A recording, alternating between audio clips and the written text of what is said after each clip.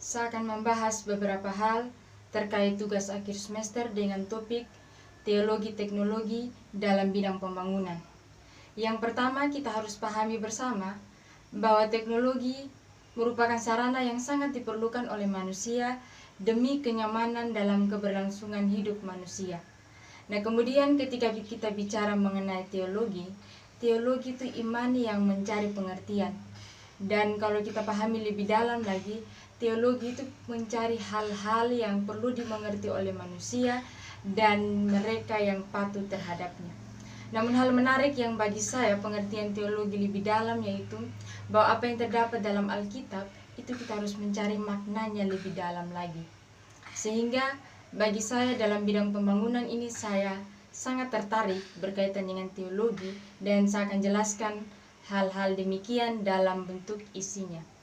Ketika kita masuk dalam pembahasan lebih lanjut, bagi saya Martin Heidegger yang mendefinisikan teknologi sebagai suatu cara sistematik untuk melihat dunia lebih dalam, saya sangat tertarik dengan hal tersebut. Mengapa demikian? Tidak bisa dipungkiri, manusia tidak terlepas dari cara berpikir.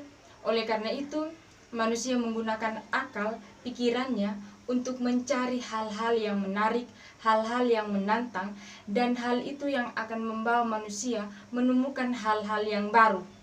Nah, kemudian hal yang perlu kita pahami bersama, bahwa ketika manusia mulai memahami hal-hal, mulai mencari tahu hal-hal itu lebih dalam, ada hal-hal yang juga harus dibatasi oleh manusia. Sehingga hubungan antara teknologi dan teologi itu adalah suatu kesatuan yang sangat baik ketika kita menempatkan dua bidang ini dalam hal-hal yang juga arahnya positif.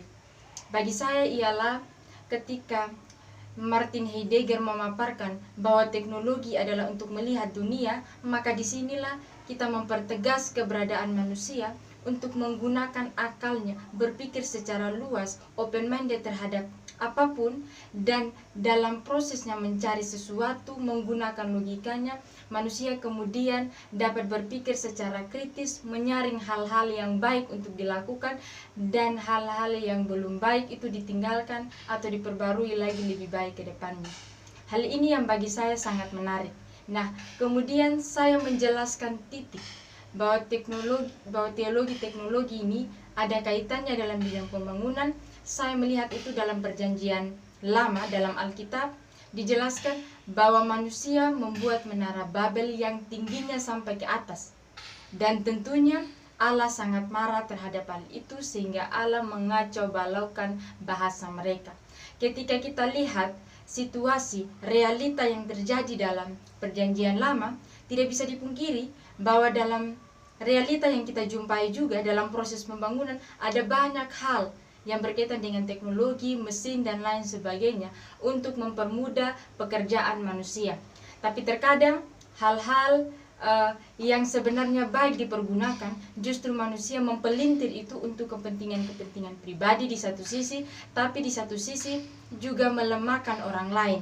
Sehingga perlu kita pahami bahwa dalam perjanjian lama dijelaskan bahwa kita harus memuliakan Tuhan untuk sebuah teknologi yang kita lakukan supaya sejalan dengan pengertian teologi itu untuk memuliakan Allah. Dalam 1 Korintus 10 ayat 1-33 saya rasa itu jelas sekali ketika kita pahami bahwa semua untuk memuliakan Tuhan dan untuk memberikan dampak yang baik bagi orang-orang di sekitar kita. Kemudian dalam penutup ini saya akan jelaskan bahwa seperti yang René Descartes katakan, kita berpikir maka kita ada. Saya rasa ini mempertegas kita bahwa dalam proses berpikir kita, proses menggumuli kehidupan kita, kita dapat menemukan satu esensi yang dapat menghubungkan iman kita dalam proses perjalanan kita. Sehingga apapun yang kita lakukan, baik dalam bidang pembangunan, berkaitan dengan media sosial dan lain sebagainya, kita jadikan itu sebagai wadah untuk mengimplementasikan nilai-nilai kebajikan, untuk dapat menerapkan kasih Allah itu sendiri dalam kehidupan kita hari lepas hari. Sehingga itu membantu kita untuk menghidupi akan esensi dari teknologi itu untuk pekerjaan yang baik, untuk memuliakan Tuhan, untuk memberikan dampak yang positif bagi kita dan juga bagi orang lain dalam kehidupan kita bersama.